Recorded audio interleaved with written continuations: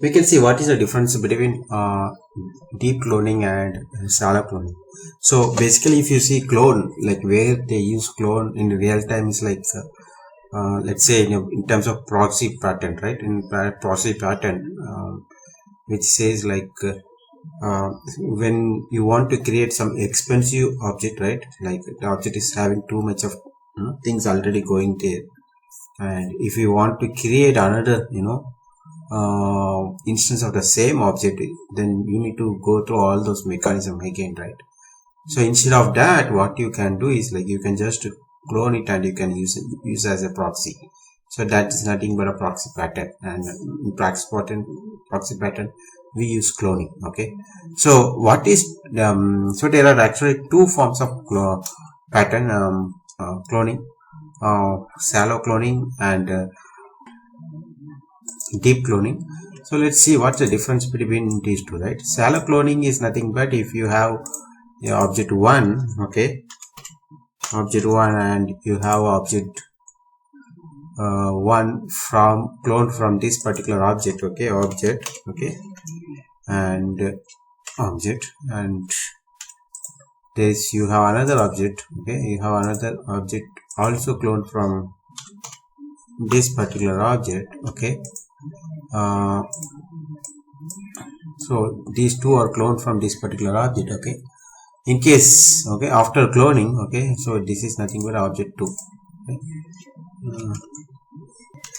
Okay, so in case if I am going to make any change in object 1, okay, so what is happening is like the same changes will reflect on object 2 because both are pointing to the same reference. In terms of reference, it's the same, okay. So this is nothing but a shallow cloning, okay. But if you want a deep cloning, then it is like, okay, the object 2 will actually pointing to a different instance of object, okay. Like you are both objects not going to depend on this particular object, okay. It will be having its own data. It is also having its own data, so they are not tied up each other, okay. That is nothing but shallow cloning.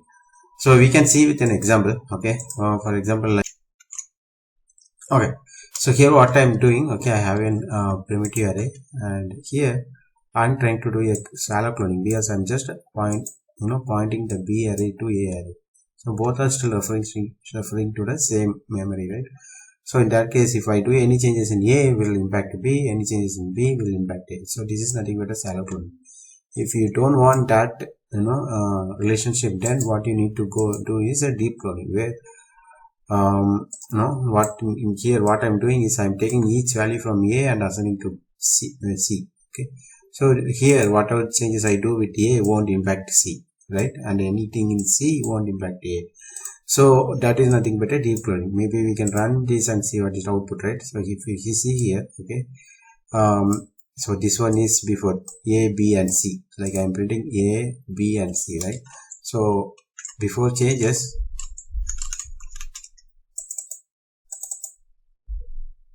it is 1 2 3 1 2 3, okay. Now if I'm going to change one of value in A as 8, so that impact A, that is also impacting B, okay. So the changes are there in A, changes are there in B, but in C it's not impacted because it's a deep clone, okay.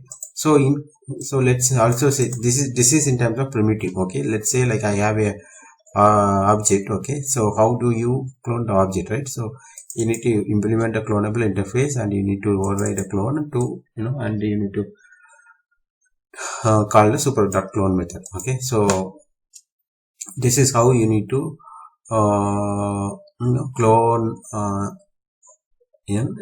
clone a object, okay. So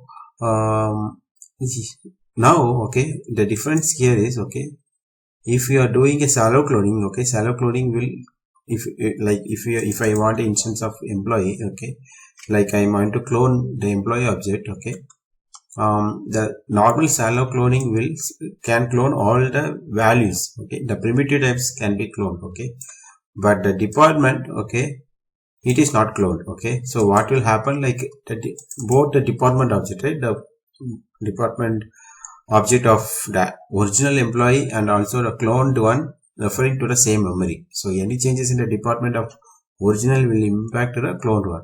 Okay, so that is a shallow cloning behavior. Okay, if you don't want, what you need to do is you need to override, you need to explicitly call the clone method of this object. Okay, so what I'm doing here is like I'm overriding the clone. Okay, I'm cloning the employee object. Okay, and then I need to clone the department also. So let's say what I'm doing here, I'm creating an employee object with a department or passing a department to a constructor. Okay, so and then I'm cloning it. Okay, so what is happening, that is what we are going to see here. Okay, so I'm printing the values, and then what I'm doing for the employee object, I'm changing the department name. Okay, so if we run it, okay, what is happening here? Okay, so initially I have EEE. Okay, after I change, it is impacting both, right? If you don't want that, then what you need to do, you need to clone even the department object here. Like you have to clone every object.